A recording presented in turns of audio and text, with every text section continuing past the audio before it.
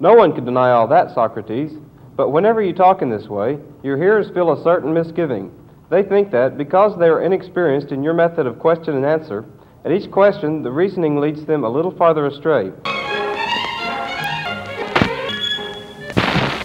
And at last these slight divergences amount to a serious error, and they find themselves contradicting their original position. Well, do you think that charge is untrue? I do not know. I should like to hear your opinion. Ah, mocking me, are you, after forcing upon me a thesis that is so hard to prove? But never mind, listen to my parable, and you will see one. Imagine this state of affairs on board a ship, or a number of ships.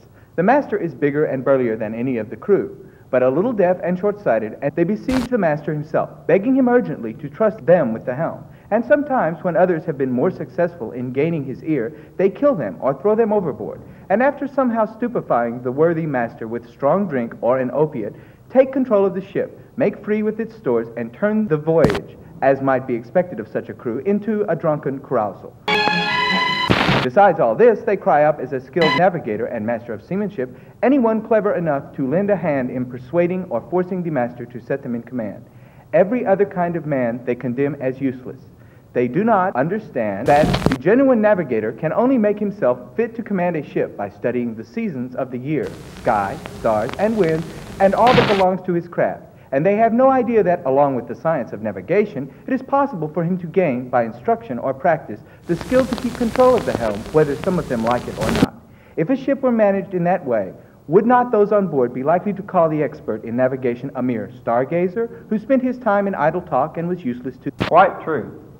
Under these conditions, the noblest of pursuits can hardly be thought much of by men whose way of life runs counter to it. But by far the most formidable reproach is brought upon philosophy by those professed followers whom your critic no doubt had in mind when he denounced all its votaries as utterly worthless and the best of them as of no use. I admitted the truth of that, did I not? Yes.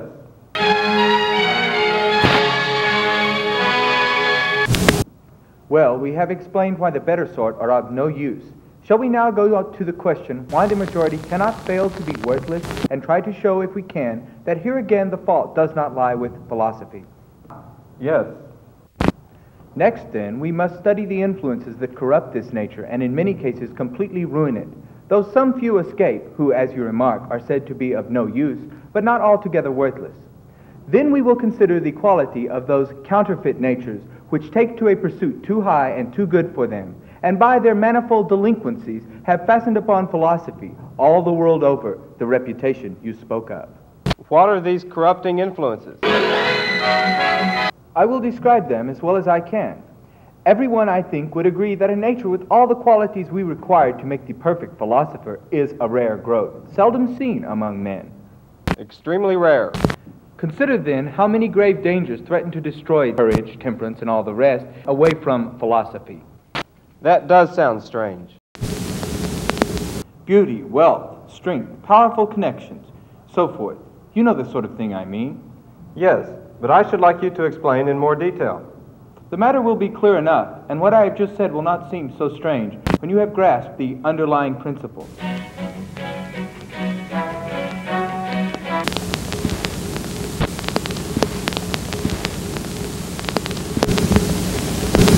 We know it to be true of any seed or growing thing, whether plant or animal, that if it fails to find its proper nourishment or climate or soil, then the more vigorous it is, the more it will lack the qualities it should possess. Evil is the worst enemy to the good than to the indifferent.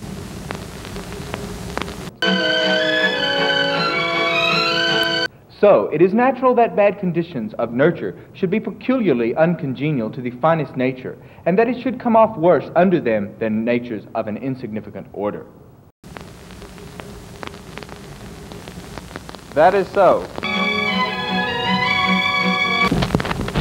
Is not the same principle true of the mind, Adeimantus?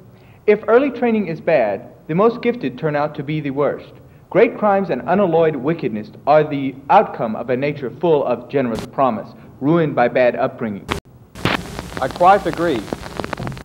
So it is, then, with this temperament we have postulated for the philosopher.